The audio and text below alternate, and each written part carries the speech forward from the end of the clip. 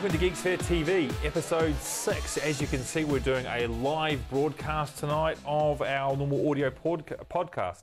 So once every 6 or 7 weeks, we're going to give to you a technology special. This week's no different. We are very, very lucky to have the Surface Pro device in the house.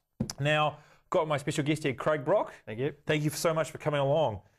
Now, we're going to quickly go through what Microsoft's been doing with their Surface devices. Now, Microsoft on October the 26th released the Surface RT. Correct. Now, the Surface RT is an ARM-based device. What that actually means is it's really sort of looking to compete against what the likes of iPads, these type of devices here. Android devices. Yeah, and really what they're trying to do is get out there in the market and be a tablet-based device, which is a touchscreen, right? Correct. You and I have both played with these quite a bit. Very enjoyable, really good experience. I find the RT great. So love the screen, love the keyboard. I love everything about it. Problem I have is that you can only install apps from the App Store. Correct. And it's not a full-blown desktop.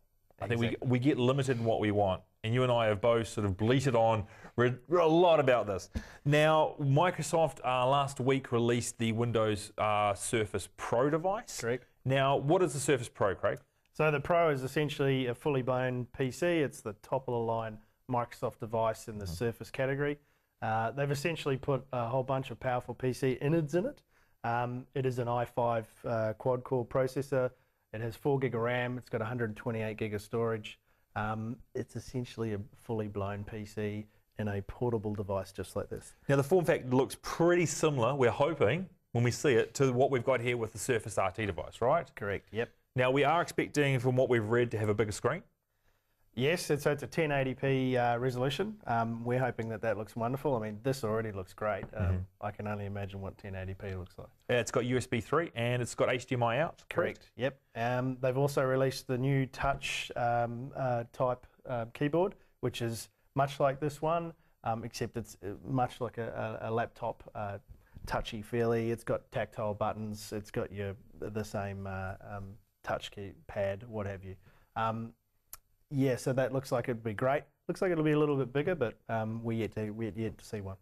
Now, we have high expectations for this device, and I think one of the things we've seen a lot of debate out in the industry out there is where does it fall? Because everyone's comparing it to an iPad, which is the benchmark in the industry, yep, or they're comparing it to the ultra-thin, ultra-light, ultra-long battery life devices, which are called Ultrabooks. Correct, yeah, so there's been a lot of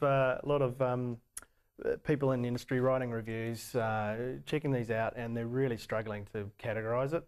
Personally, I don't feel we have to categorize it. I'd like to think we're starting a new category here. This could be the start of something new. It's a hybrid, isn't it? Correct. It really is. It yep. gives us the best of the Ultrabook-based devices, light, portable, reasonable battery life we're hoping out of it, yeah. But it gives us a touchscreen, and it gives us the ability to do what we want with the device. So the new Pro also includes a fully blown version of Windows 8 Professional.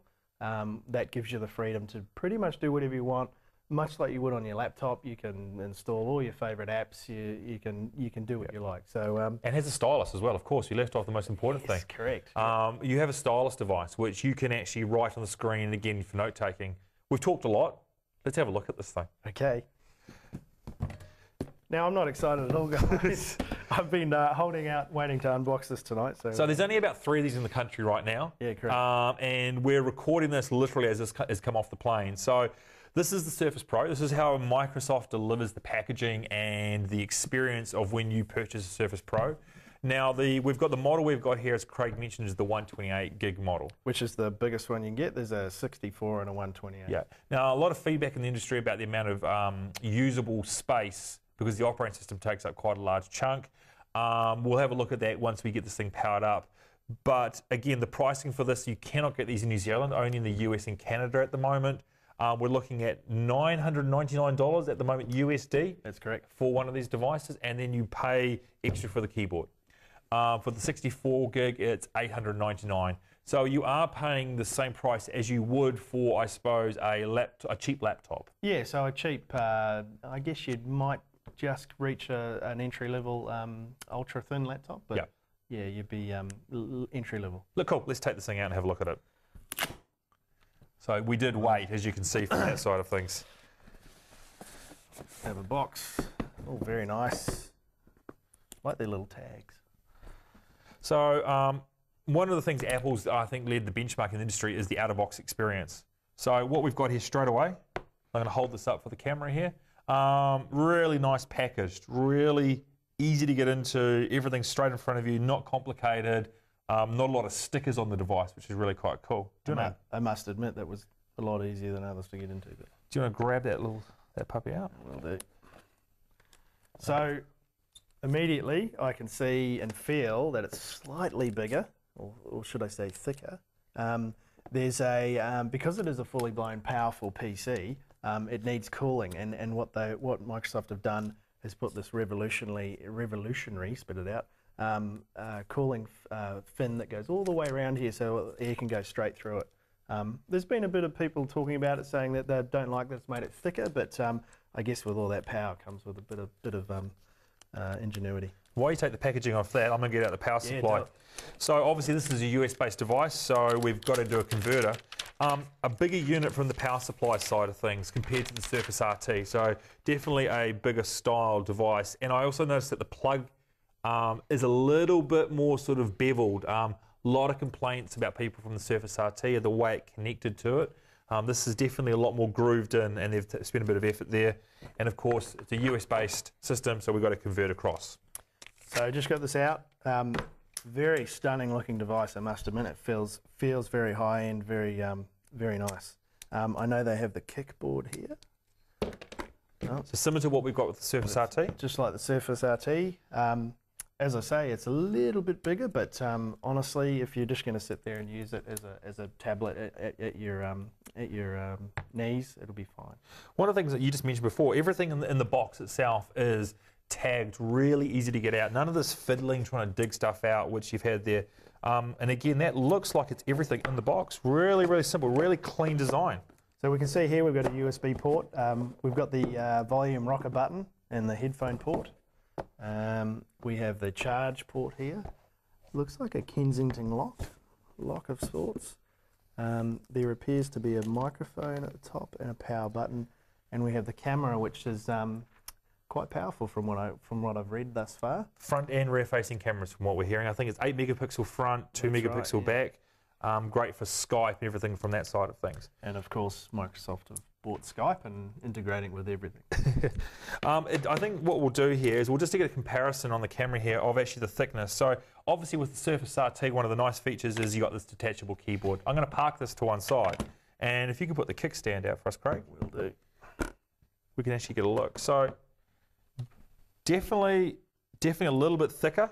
But not by much actually. That's a lot tighter than I thought.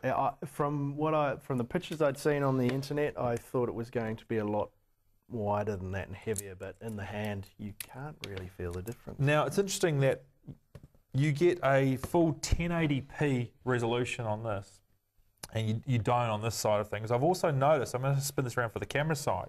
If you look at what the power leads are, they've actually adjusted to where the HDMI, and they've actually obviously done some tweaking. One of the other things Microsoft did is took a lot of feedback in from the Surface RT around how easy it was for the kickstand, and they've actually lowered the kickstand a little bit to make it a bit easier to use from that side of things there. But it's definitely a lot thicker. If you can see on the camera there, we've got the fins, as Craig mentioned. I'd say the extra fin is probably giving you an extra 2 or 3 mils in thickness. Correct. Yeah. You reckon around that side? I think the actual case itself is probably 2 or 3 mils wider as well. Looks like the speakers are on the top too, whereas on the RT device they're on the side here. I'm just going to pivot this round again on the other side, Craig. If you can give us what we've got a comparison on this side. So we've got essentially they're almost the same, bar the USB port, the USB 3 port. So we've got rocker buttons. Looks like we've possibly got a microphone or a speaker on the RT there. Now the USB 3 port on the Surface Pro also allows you to as a charging port as well. That's right. So you can actually charge your devices, like we actually have a Lumia 920 here, which we'll test out a little bit later as well. Correct. Now I'm trying to, for the life of me, just work out where this goes. It actually sticks on the side. I saw in a video on the internet. It is magnetic of some sort. Oh no, into the charge slot. So it is magnetic and it sits in the charge slot, if you guys can see that. And there's a charge slot there and it is magnetic. And Now, Microsoft's made a lot of noise around this whole magnetic, the click element of the keyboard and everything else that goes with it. So obviously the keyboards are interchangeable. All you have to do, very simple, you just walk up, and this is where demos go wrong. You just click it like that, and suddenly your keyboard's attached. And the cover. Yeah, and the cover as well. So you get a cover, suddenly there you go. Definitely a weight comparison. It's definitely a lot, well, not a lot heavier, but I'd say 20-30% heavier than the RT devices. Again, there's going to be some downsides for having so much more power. Yeah, but it definitely feels nice in the hand, doesn't it? It does, yeah. Now, we're going to go through and we're going to, if I can just hand that to you, we're actually going to power this up. So we're going to probably pause the recording right now, and we're going to get the Surface Pro up and running, and we'll come back in a few seconds. So we've taken 10 minutes. We've got the Windows 8 Pro device up and running, and this thing is actually from start to finish is all up and running now. That was a lot quicker than a Surface RT setup. I think the pure horsepower that we've got in the with the i5 processor makes a big difference. We've just had a quick play whilst it was setting up. Craig, do you want to talk about the pen? So the pen I've seen online, and I must admit we all thought it was a bit of a gimmick, and we thought it might just because it's quite light and it feels like you'd lose it. Essentially, this plugs into the charging slot, and you see it. I'll turn it around. You can see it. It snaps in quite heavily because it's heavily magnetized. Yeah. Now you could lose that in the bag. If you give it a good knock, you're going to lose it out. But if you want to do that pull, test. So if you pull it along. So you can actually give it a good amount. That's a lot better than we thought it was. We thought it was going to be a light clip on the side, and that's actually giving us a really firm, I suppose, grip on what's going on. Really nice. That also doubles as a clicker, as I can see. So that'll be wonderful. One of the other things to note is they made some key adjustments to the power charger. Now I'm going to try and get this to the camera. I don't know if you'll be able to zoom in on that one for me. But they took a lot of feedback that the Surface RT power lead wasn't clicking in properly. So what they've done is they've actually beveled out a little bit more, given us about 1 or 2 more mils, and it actually interchanges really nice with the Surface RT. So I've tested it on my RT device, charges fine.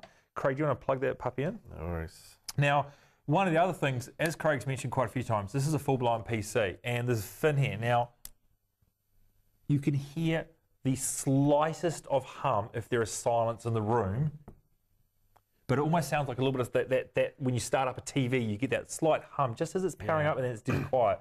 So there's no fan noise as this thing's here.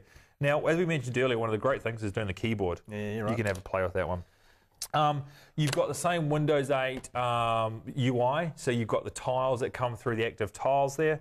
Are we up and running? Yeah. Beautiful. So start to finish, 10 minutes to get the device up and running. Yep, it's downloaded my emails from probably the last 3 days. It's got all my links to my SkyDrive. It's got, you name it. It'll start downloading my apps that I've chosen on my main PC as well. Now, what we're hearing is that if you do, for continuous battery life, you're looking at about 5 to 5.5 hours.